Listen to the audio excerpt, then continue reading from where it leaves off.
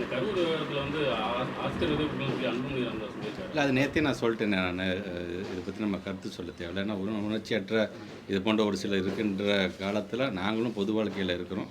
மக்கள் நலன் சார்ந்து வேறு எந்த எதிர்பார்ப்பும் இல்லாமல் இருக்கிறோம் என்பதை தான் நான் பதிவு செய்கிறேன். கரூர் விவகாரத்தில் உடனடியாக நீங்கள் அங்கே போனதும் சிஎம் அவர்கள் உடனடியாக அங்கே வந்ததும் ஒரு விமர்சனத்துக்குள்ளாக இருக்குது. இது ஏற்கனவே பிளான் பண்ணி பண்ணாங்க அப்படின்ற மாதிரி ஒரு இல்லை, ரொம்ப கஷ்டமாக இருக்குது. இப்போ ஏற்கனவே உங்களுக்கே தெரியும், இப்போ ஒரு ஆணையம் அமைக்கப்பட்டிருக்கு. இந்த ஆணையத்தில் எல்லாருமே எல்லாத்துடைய கருத்துக்களையும் சொல்லுவாங்க.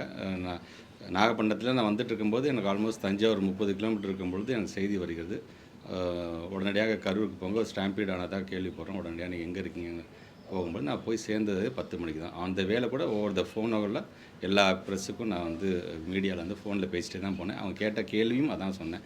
எனக்கும் தெரிலங்க, செய்தி வந்து நான் உடனே போக சொல்லியிருக்கேன். ஆன் த வே போயிட்டுருக்கேன். எனக்கு போனதுக்கப்புறம் தான் எனக்கு தெரியுங்கும்போது தான் நான் சொல்லியிருந்தேன். நான் 10 மணிக்கு போய் நான் ரீச் ஆனேன். ரீச் ஆகும்போது நம்ம கண்ணு முன்னாடி நினச்சி பாருங்க, மார்ச்சில் இருக்கும்போது நம்ம கண்ணு முன்னாடி என்னோடய ஸ்கூல் பசங்க செத்து ஸ்ட்ரெச்சரில் தூக்கிட்டு வரும்போது எந்த மனுஷனாக இருந்தாலும் சரி, அந்த இடத்துல எந்த தான் தமிழ்நாடு முதலமைச்சர் சொன்னார், எந்த தலைவனும் தன்னுடைய ஆதரவாளர்கள் இறக்கிறது வந்து பார்த்துட்டு சும்மா இருக்கும். எல்லாத்துக்கும் மனவேதனை இருக்க தான் செய்யும் என்பதை எனக்கு ரொம்ப தெளிவாகவும் அதில் சொல்லப்பட்டிருக்கு. பட் பீங்க நம்முடைய மீடியா பீப்புளுக்கு நான் சொல்கிறது ஒன்றே தான், யங்ஸ்டர்ஸ் இதே இடத்துல இருந்து தான் சொன்னேன் நான், வாங்கப்பா என்ஜாய் பண்ணுங்கள், பட் ஹாப்பியாக இருங்க, பட் ஆனால் சேதப்படுத்தாதீங்க, பாதுகாப்பாக வீட்டுக்கு போங்க அப்படின்னு தான் சொன்னேன். திருப்பி அந்த பிள்ளைங்கள் சொல்கிறேன், ஒரு அரசாங்கம் அன்பு கரங்கள் திட்டத்துலேருந்து அயல்நாட்டுக்கு உங்களை வேலைக்கு அனுப்பிச்சுடுற வரைக்கும் எஜுகேஷன் சார்ந்து நாங்கள் நிறையா கொண்டு வரோம்.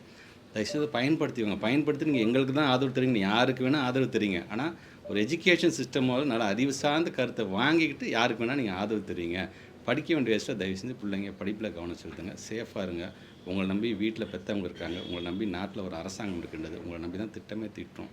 அதையும் பயன்படுத்தி கொள்ளுங்கள். உங்களுக்கு பிடிச்ச தலைவர் பின்னாடி நீங்கள் போங்க, நாங்கள் வேணான்னு சொல்லவில்லை. பட் உயிர் ரொம்ப முக்கியம் என்பது தெரிஞ்சு